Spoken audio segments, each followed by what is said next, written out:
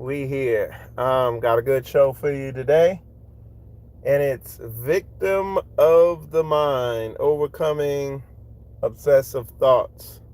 And I should have put uh, thoughts, feelings, and emotions, but this will do fine, what we're talking about here. Um, Let me grab my note. Inevitably, when you when you just take a minute, take some time to consider, uh, you know, um, and y'all let me know in chat. Let me know if audio's good and everything like that. I know y'all can't see me too much because it's still pretty early. But when you begin to think about, um, and just simply look at issues that you might have or that people might have in their lives. Um, Inevitably, what it comes down to is your mind, your mindset, your spirit, your heart, whatever word you want to attribute to it. Um, it comes back to a battle in your mind. You know what I'm saying? Uh, and a lot of people, like the title says here, they're victims of their mind. They're victims of their thoughts, of repetitive thoughts. They got the name they have for it is ruminating. Um, you have ruminating thoughts, just these strong, obsessive thoughts that just keep going in a cycle, and you can't break it. And you're a victim of these thoughts and of your mind. And it's a lot of people have been raised and conditioned to believe that their mind controls their body and them. However, you control your mind. Okay? And I'm gonna break it down, but your spirit controls your mind. Let's say it like this: it can control your mind, your thoughts and stuff like that through proper programming. Okay, now I'm speaking in non-religious terms, but if I spoke in religious terms, I'd be saying meditate on the word day and night. Don't let this word depart from you. Let my meditations be in this word on you, Yah. You know what I'm saying? Um, that's programming. How you program yourself. You see what I'm saying? Um, and like I said, a lot of people. Let me see. Okay. All right. Just making sure my camera's set up right. So a lot of people are, you know, they're not aware of how to overcome obsessive repetitive thoughts. They're not aware of because it doesn't get taught. There's a lot of superficiality taught when it comes to religion and the word of Yah, but not how to truly go in and do the deep work. You know what I'm saying? That's gonna do the heavy lifting. You know what I'm saying?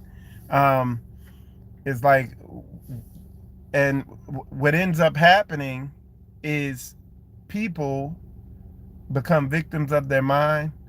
This is where you see people who will exude behaviors that clearly don't line up with the word, but what they'll do is bend the word to fit their uh, their mindset, their thoughts that have run rampant because they don't know how to overcome it. They don't know how to combat it. You know what I'm saying? So uh, that and if you've heard me talk in the series uh the journey inwards, and this is going to be a part of it right here. Um, this is a big area because people don't know this, and this is what I've been talking about. People don't know how to look at themselves. People don't know how to look inwards and analyze the thoughts coming up. People have always, a lot of these people have always subtly, very subliminally been conditioned by this society to just tell themselves, "Oh, I'm all right, I'm good." It's them, and just put the problem outside themselves and not observe inside. But the reality is, just like the word says, all have fallen short of the glory of the Most High. Our righteousness is as filthy rags. And you don't really understand, and this goes for a lot of the word. You don't really get that. You can study this word all you want. You don't really understand it on a deep level till you do it. Because when you begin to look within, then you see where you've fallen short. You see where you're a filthy rag inside in a lot of areas spiritually. You see what I'm saying? So really thinking and doing that journey inwards. And let me check this out, man. This is good what I'm about to say here. Look, you understanding that when you the first couple of times in at the beginning of beginning to look at yourself, it, I mean, it's gonna seem so not the thing to do. It's gonna seem so wrong to do that. If you, some people can't even bring themselves to that because they just been conditioned to focus outwardly for so long. It comes time to turn around and look the other way, like your neck is so stiff because it's never done it. And that's a good metaphor because this is why they say stubborn, stiff-necked people. I've dealt with people that are so stubborn. Trauma that they've had in their life has caused their neck to get stiff almost as a survival mechanism. And like looking at themselves and taking a meek, humble look is so painful. It almost feels like death. You see what I'm saying? And that's a very good statement because it would, you are, what it is you beginning to die to self. But a lot of people, somebody said, I can't see you. Yeah, it's early. That's how these videos are. As the sun comes out, you'll be able to see me. But yeah, because I've been doing them in the morning. Here soon, though, I will, because I'm dropping one of the brothers off, but here soon I will be out. I'll be in my little studio, so it'll be, the quality will be better. But faith comes by hearing, so just hear me and you're gonna get this. But yeah, but it's so, you gotta understand. I have to put word, like I'm trying to figure out the right words to put to it of what it feels like when you're not accustomed to self-observation, to looking at yourself, to bringing your thoughts into captivity, like the word says, to paying attention to what goes on in this 6 inches of real estate between your ears. You know what I'm saying? To observing your thoughts and seeing what's going on and seeing if they're in alignment with the word. And if they're not, that's when the real chaos ensues. You know what I'm saying? That's when the response happens. What's the response? You look and you see, and that's literally the best way I can express and communicate to you what it's like when you begin looking at yourself and then you see something that is clearly not in alignment with the word. The response is like this: you're beginning to look, and you're turning and you're looking, you see something you don't like, and it's and you jerk back to the external, and no, it's them. It's them. It's not me. It's them. It's they, and they did that, and this, and it's not me. And that's literally the reflex response that people have looking at themselves. And pride and fear are the main ones that come in. And I have watched and observed, because one of the spiritual gifts I prayed for, two of the spiritual gifts I've always seek to have, was discernment and wisdom. And there's a point where I realized the Most High gave me that I had discernment. And sometimes I discern stuff in folks that I like. My response is, man, I don't even want to think about that. Because, you see stuff in people, but you're like, oh, well, I don't want to think that about them because blah, blah, blah. And over time, it comes to pass. You realize, hey, I discerned that a while ago. You know what I'm saying? But you can, after you've done this work, you discern it in other people how. And let me break this down, because this is the interesting heavy part. After a while, you're doing this work and you grow and you're able to see this in other people. But what happens is you have mercy towards them, because you understand how hard this is. You know how difficult, how uncomfortable it could be to be humiliated and realize, hey, this big issue is operating in me. You know what I'm saying? So when you see other people and you see them struggling in certain areas, them not facing certain issues that externally are obvious to everybody else but not to them, you learn to be patient and long suffering, have mercy, and learn. It's how you're able to do some of these things where it says turn the other cheek.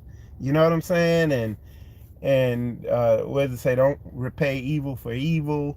And look, like I like, one of the things I saw, like we've had in our assembly, we've had saints who've left here, and you know they couldn't see, so a lot of times they could not see themselves.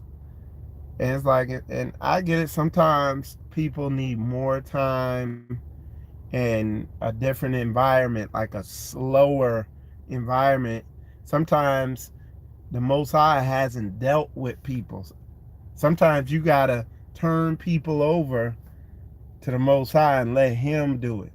Sometimes Satan, the Most High, gotta turn people over to Satan in order for Satan to destroy them in the physical, that they might wake up spiritually and realize, hey, you know what I'm saying?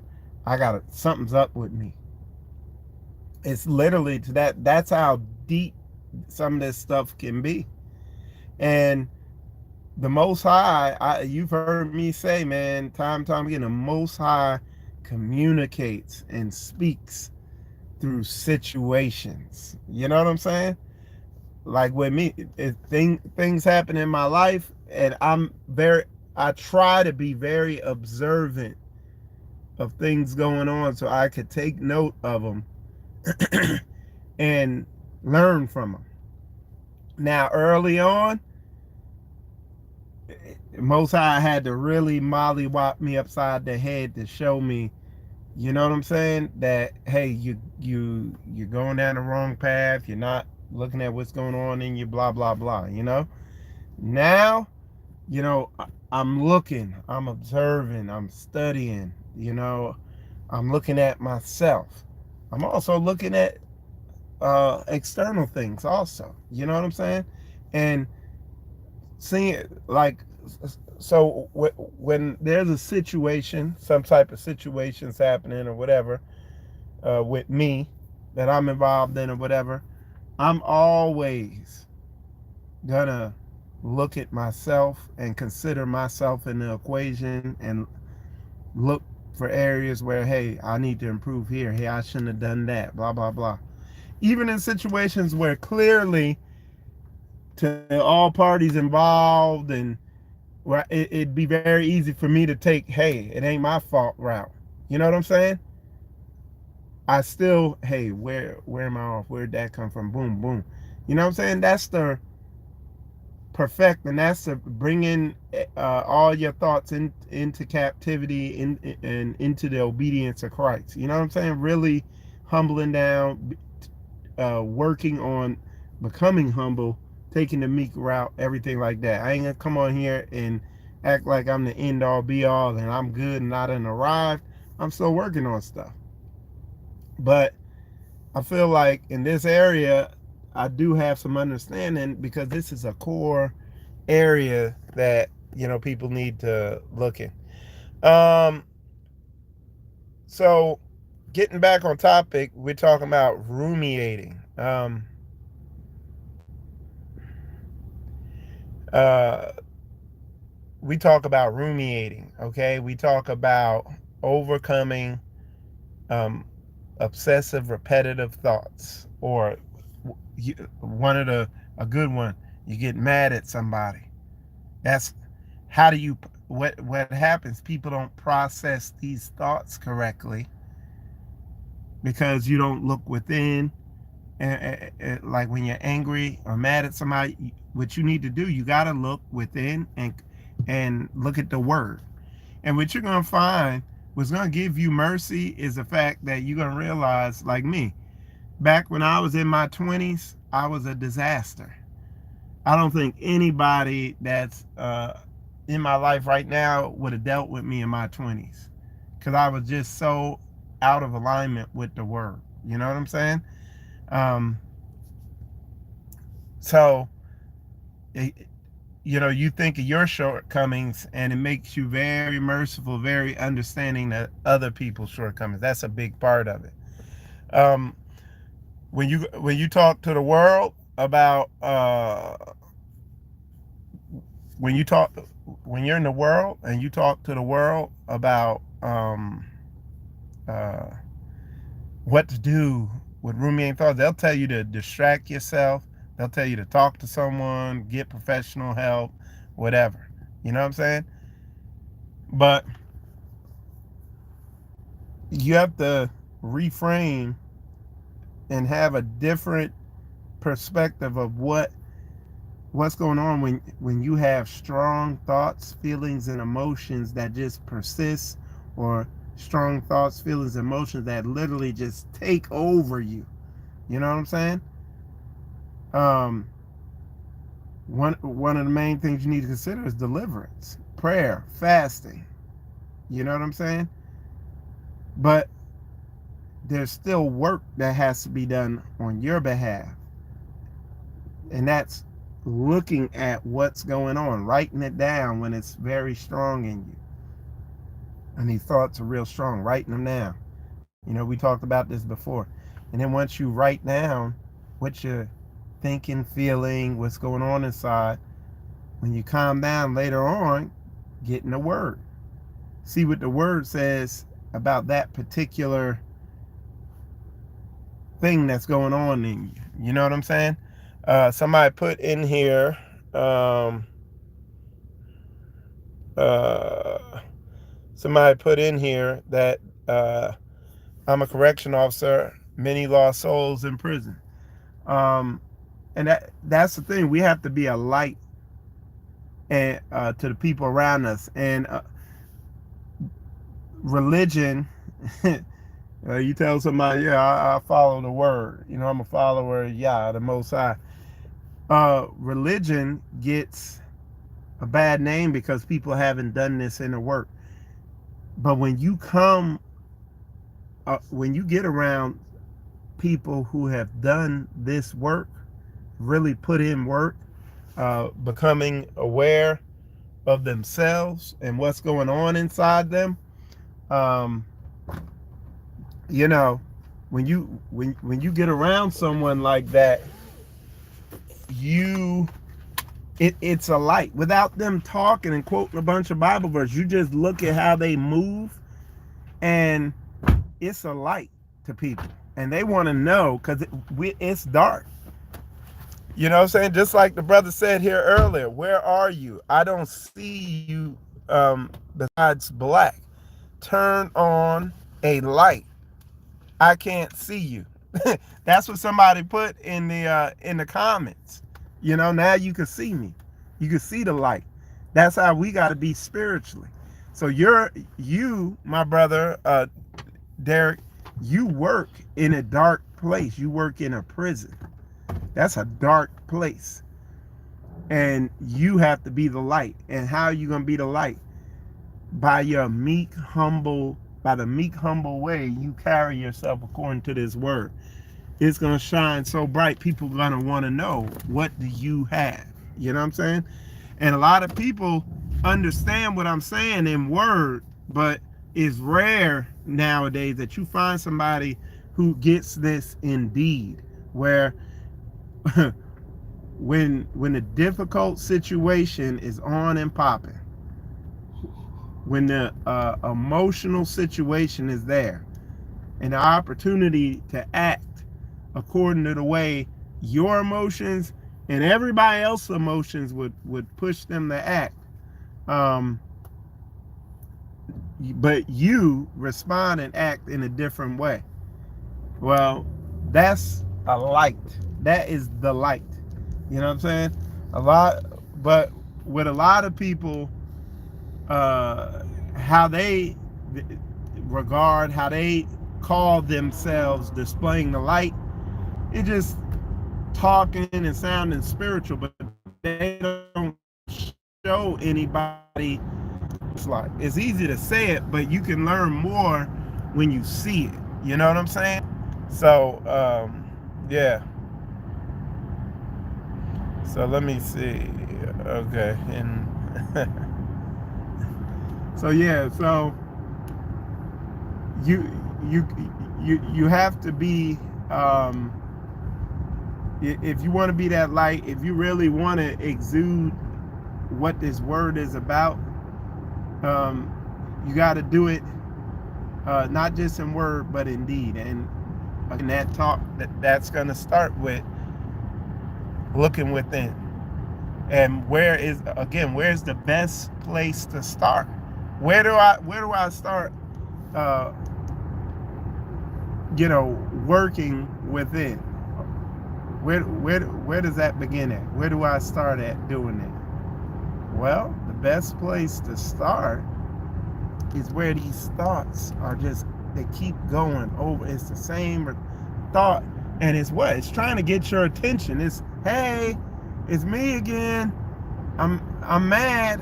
I'm so mad. I'm so mad at this situation. The situation's so mad. And these thoughts, what we've been conditioned to think is like these thoughts are there for us to react to. But those thoughts are there because they want you to deal with them. That's why they're there. You need to deal with them and process them and bring them into captivity, into the obedience of the Most High Yah. You see what I'm saying? Hopefully that's making sense. But let's see. And again, that comes back to meditating on the word day and night. Okay? And observing your thoughts. And when I say meditating on the word day and night, don't get that mess. Like, don't just, okay, I'm just go read my Bible.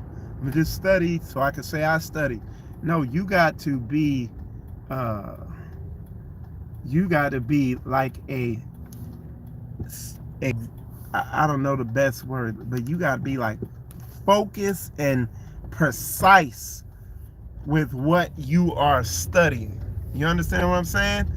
You got to be diligently going through that book and finding exactly what you're fighting with in your mind, specifically what it is, whatever you wrote down, you need to be finding the biblical answer to that and begin quoting that and chewing on that and studying about that.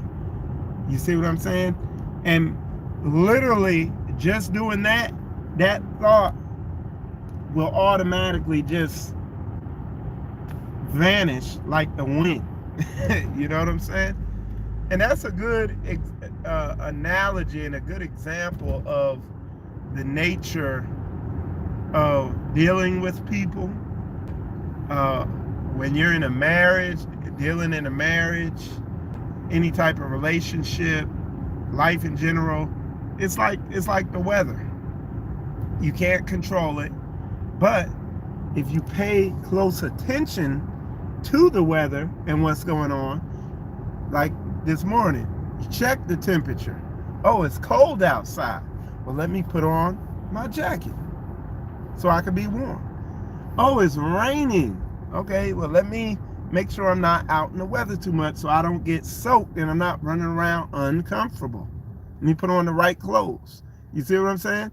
Oh, I'm angry. Well, let me look within to see what I'm frustrated with. You see what I'm saying? It's like that's how you got to deal with thoughts, just like the weather.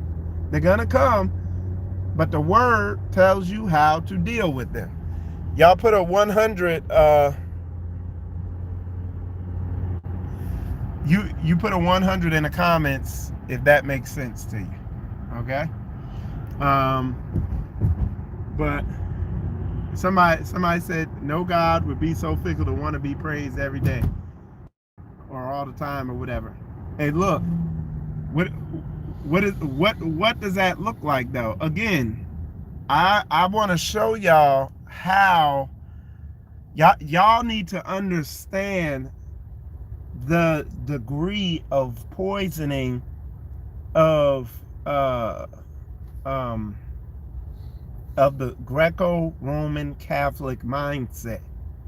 See, what Catholicism does, and I'm gonna answer his statement, his question, because it's good. What Catholicism does is gets you to not believe in God, and if you do, you just look like it don't make sense. You see what I'm saying? When what do we talk about when we saying praising and worshiping God? Are we saying just run around all day, every day? Oh, praise you, yeah, you know? Or what does the word say? With your heart you praise me, or with your mouth you praise me, but your heart is far from me. Your mind is far from me. You're gonna praise him with your deeds and your works and how you conduct yourself. And you have to do it.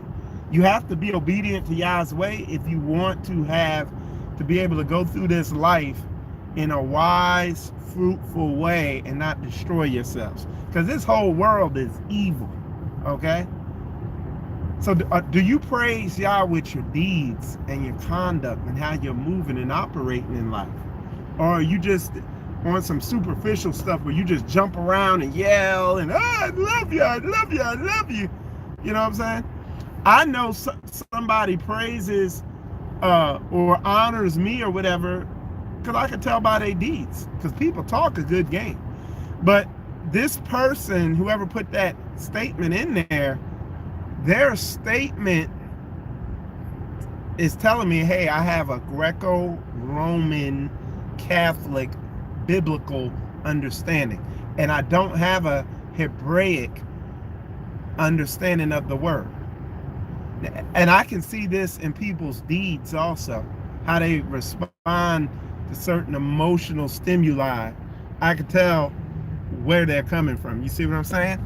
And that's what I'm saying. Over here, I don't get caught up in all that religiosity and let me turn up. There we go. Yeah, and all that religiosity and stuff like that out there.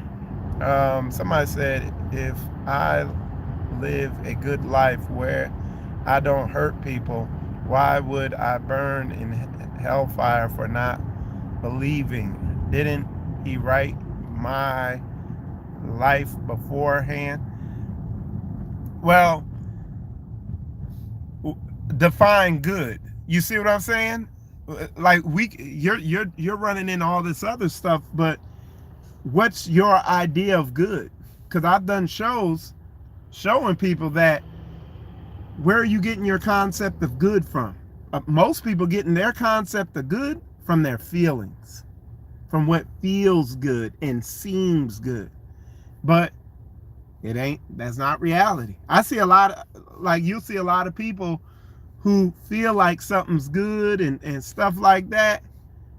And then they end up finding out they've been led astray, and they're suffering from depression or some other type of calamity or chaos is going on in their life. So what is good? Define your good, because when I look in the word, and the Bible says prove all things, hold fast to that which is true.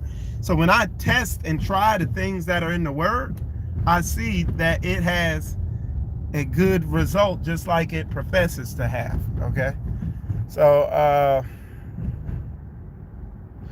he's again, he comes up with something that feels and sounds good to him, thinking of others and not being selfish. And like I said, we could go all into that, and I can obliterate and destroy that, because you know, we we we can pick that all apart. What are you saying, Emmanuel? Bullshit, man. If I give a homeless person $5, but I'm still killing people, but I just go to the Catholic Church and say, okay, 5 Hail Marys and that's it. Your sins are forgiven. Am I still going to heaven? That's so fucking stupid, man. And Manuel ain't feeling it. And check this out. You're told, look, a lot of people think it's good to go and give a homeless person $5, but the Bible tells you give not to a sinner. How you know that person is a sinner or not? What if you're giving money to somebody and they go buy methamphetamine and go harm somebody? Because methamphetamine, that's sorcery. You see what I'm saying? So we would really have to get into you defining what that is. How do you know who is a sinner? Because again, the Bible says, "Give not to a sinner." Don't help him. I do a whole show on it. I've done it before. You see what I'm saying? So this thing, like I said, this thing is a whole lot deeper than a lot of people, and clearly this person is coming in with a Greco-Roman Catholic biblical understanding of the Bible, a very religious Christian understanding of the Bible. That's not us over here. We have a concrete Hebraic understanding of the Bible, and not just in word, but in deed. We've done it. Okay, we've you know what I'm saying? We've actually lived it. We've practiced the scientific method, provable, observable, and repeatable. Okay, and I come out of Christianity, and I practice a scientific method on that, and it doesn't pass. In fact, this individual's concept that he's coming from doesn't pass, because from his very first question, he doesn't understand the word. He hasn't done his due diligence, because he asks, well, why should you praise God all day? You know what I'm saying? You want to praise Yah and worship Yah in word and in deed, and then it makes sense. Okay. So anyway, y'all, appreciate all y'all tuning in. Maybe I'll do a show on that later, really getting into that. I'm gonna see if I can look back at these comments and stuff. But anyway, yeah, appreciate all y'all tuning in. I'm Michael Israel. You're watching Spiritual Combat. Shalom, shalom.